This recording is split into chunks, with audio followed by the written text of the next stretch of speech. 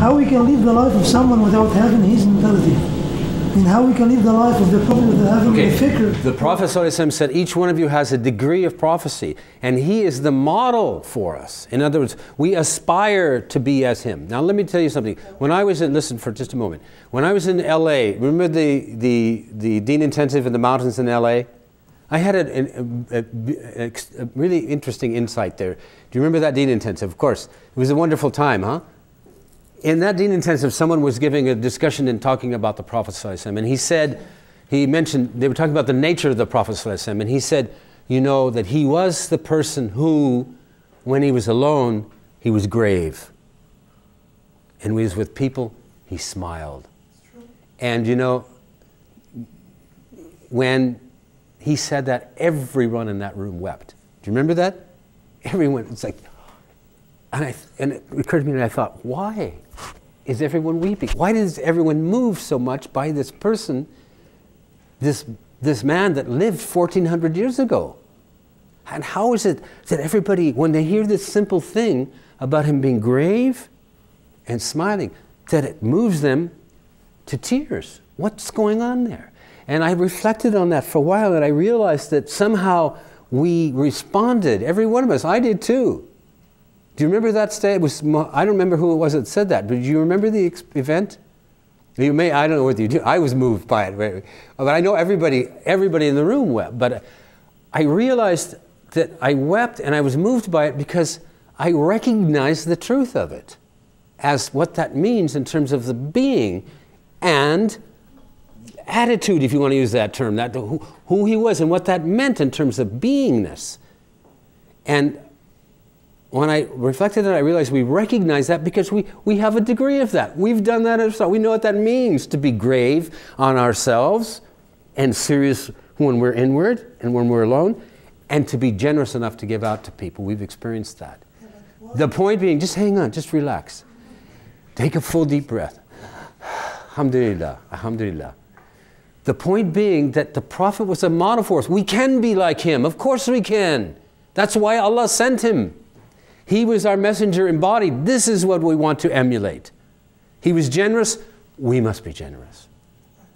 And we don't do it by intellect alone. We do it by more than that. Do you remember he has the hadith? He says, I weep for my brothers. And the companion said, are you not my brothers? And he said, no, you are my companions.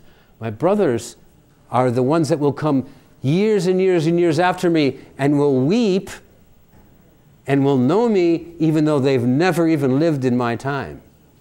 So, what I'm saying is that this hadith says that the Prophet, peace be upon him, he was crying. Yes. When there was someone Jewish who was dying. So, I mean, they saw him crying, but they didn't sit down, they asked him, why you were crying? So he replied, he said that because he didn't get the guidance. He died without saying, there is God. He believed in God. Yes. At the same time, all his grief was about the mankind. How the mankind can get the guidance from Allah. How the mankind, what they should do. That they believe in God. They believe in Allah. So that's why he was grieving.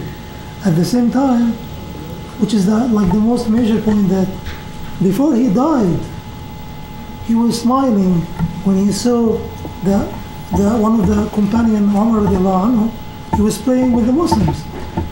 So he smiled because they are praying.